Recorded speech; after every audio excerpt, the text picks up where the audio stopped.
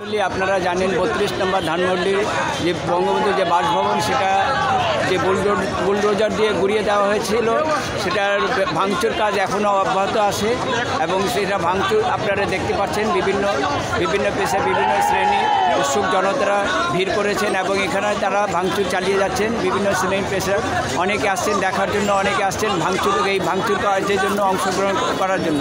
তাদের সবার কথা হচ্ছে এই যে সরকার ছিল, ফ্যাসিস্ট সরকার ছিল, এই ফ্যাসিস্ট সরকারের আমরা এই বাংলার মাটিতে কোনো চিহ্নই রাখবো না। তাদের প্রতিক্রিয়া আজকে আমরা শুনতে পাচ্ছি অনেকের কাছ থেকে।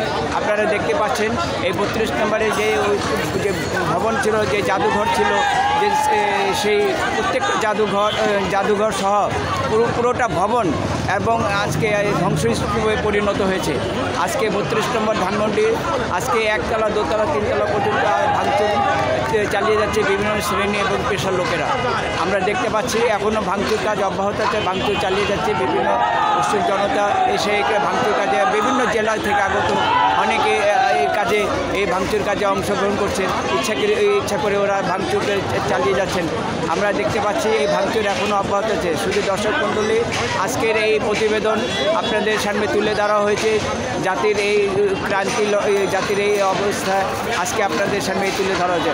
৩২ নম্বর ধানমন্ডি থেকে বঙ্গবন্ধুর বাসভবন থেকে কবি ও সাংবাদিক এসে আলমগীর।